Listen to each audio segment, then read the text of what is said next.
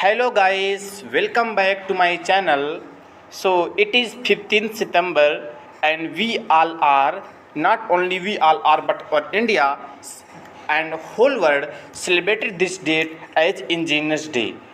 So as we all are engineers, so it is our responsibility to know that why Engineers Day celebrated.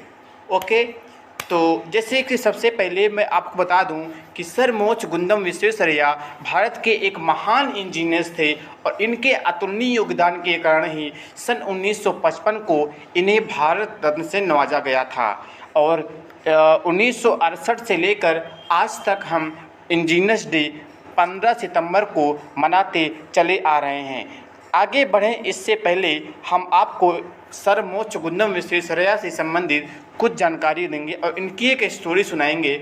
Story क्या है कि एक बार sir Mokshagundam Visvesvaraya एक train से जा रहे थे। रात का समय था, सभी लोग सो रहे थे और ये भी सो रहे थे। तो अचानक हुआ क्या कि ये उठे और उठ करके जो ट्रेन की चैन थी उसे खींच दिया, जिससे ट्रेन रुक गई। सब लोग बहुत गुस्सा करने लगे।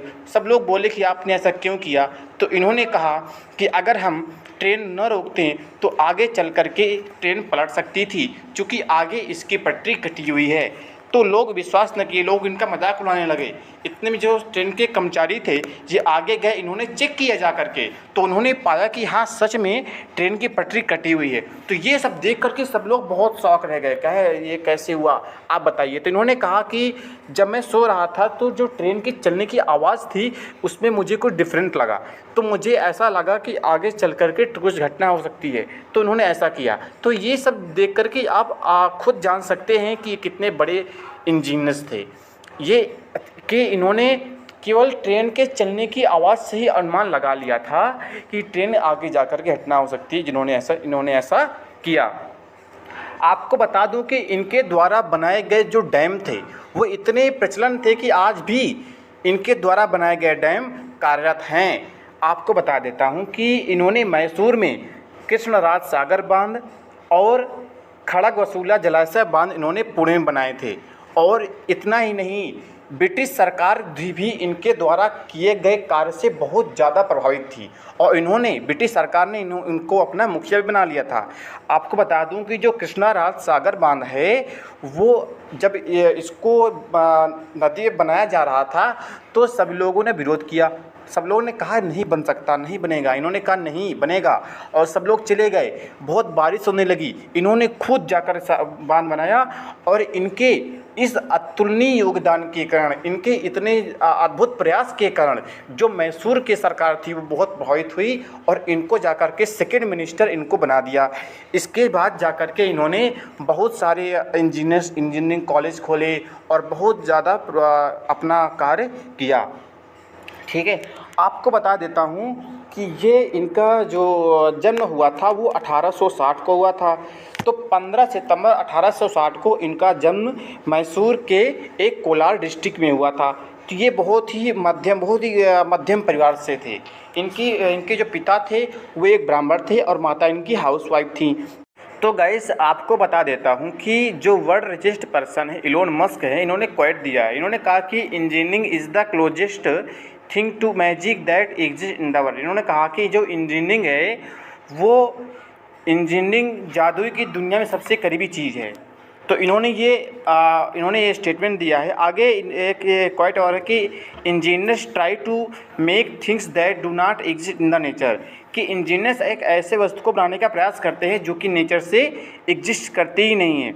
तो आगे देखिए, आगे बता दूँ आपको इंजीनियर्स डे स्पीच में कि इसमें जो मोक्षगुंडम विश्वेश्वरैया का जन्म कोलार जिले के चिक्काबल्लापुर में 15 सितंबर 1860 को एक ब्राह्मण परिवार में हुआ था। इनके पिताजी का नाम श्रीनिवास शास्त्री और माताजी का नाम देका चम्मा था। इनके पिता श्रीनिवास शास्त्री संस्कृत के विद्वान और आयुर्वेदिक चिकित्सक थे। जब बालक विश्वेश्वरैया मात्र 12 साल के थे तब इनके पिताजी की मृत्यु हो जाती है। उनकी प्रारंभिक शिक्षा उनके जन्म स्थान पर स्थित एक प्राइमरी स्कूल में हुई। तत्पश्चात इन्होंने बंगलौर के सेंट्रल कॉलेज में दाखिला लिया। धन के अभाव के चलते इन्होंने यहाँ ट्यूशन करना पड़ता था और इन सब के बीच इन्होंने वर्ष 1881 में बीए की परीक्षा में प्रथम स्थान प्राप्त किया और इसके बाद मैसूर सरकार की मदद से इंजीनियरिंग की पढ़ाई के लिए पूना के साइंस कॉलेज में दाखिला लिया। सन 1883 की एलसी की एफसी परीक्षा में प्रथम स्थान प्राप्त करके इन्होंने अपनी योग्यता का परिचय दिया और इनको देखते हुए महाराष्ट्र सरकार ने इन्हें नासिक में सहायक इंजीनियर के पद पर नियुक्त किया। अब कहता हूँ इनकी कैरियर की, तो इंजीनियरिंग की पढ़ाई के बाद इन्हें मुंबई के पीडब्ल्यूडी विभाग में नौकरी मिल गई। इन्होंने डेक्कन में एक जटिल सिंचाई व्यवस्था को कार्यान्वित किया और संसाधनों और उच्च तकनीकी अभाव में भी इन्होंने कई परियोजनाओं को सफल बनाया। इनके प्रमुख थे कृष्णराज सागर बांध, Bhadravati iron and steel works और Mysore central iron and soap factory, Mysore विश्वविद्यालय और बैंक ऑफ मैसूर। ये उपलब्धियां एमवी के कठिन प्रयास के कारण ही संभव हो पाई। एमवी कौन है? एमवी मतलब एमवी कौन सा है? मोक्षगुंडम विश्वेश्वरैया। और आगे देखिए, आगे मात्र 32 साल की उम्र में शुक्र के लिए कार्य करते हुए इन्होंने सिंधु नदी में से शुक्र कस्बे को एक जल आपूर्ति की योजना उन्होंने तैयार किया और वे सभी इंजीनियरों को पसंद आया और अंग्रेज़ सरकार ने सिंचाई व्यवस्था को दुरुस्त करने के उपायों को ढूंढने के लिए एक समिति बनाई और उनको इस समिति का सदस्य बनाया। इसके लिए उन्होंने एक नए ब्लॉक प्रणाली का आविष्कार किया। इसके अंतर्गत उन्होंने स्टील के दरवाजे बनाए जो कि बांध से पानी के बहाव को रोकने में मदद करता था। इनके इस प्रणाली की बहुत तारीफ हुई और आज भी ये प्रणाली पूरे विश्व में प्रयोग में लाई जा रही है। आप बताइए कितने साल पुरानी जो तकनीक बनाई गई थी आज भी वो पूरे विश्व में प्रयोग में लाई जा रही। करीब 100 साल से ज़्यादा की जो तकनीक बनाई हुई है, 100 साल से पहले की तकनीक आज भी प्रयोग में लाई जा रही। तो आप जानिए कितने बड़े वैज्ञानिक थे ये, कितने बड़े इंजीनियर्स थे।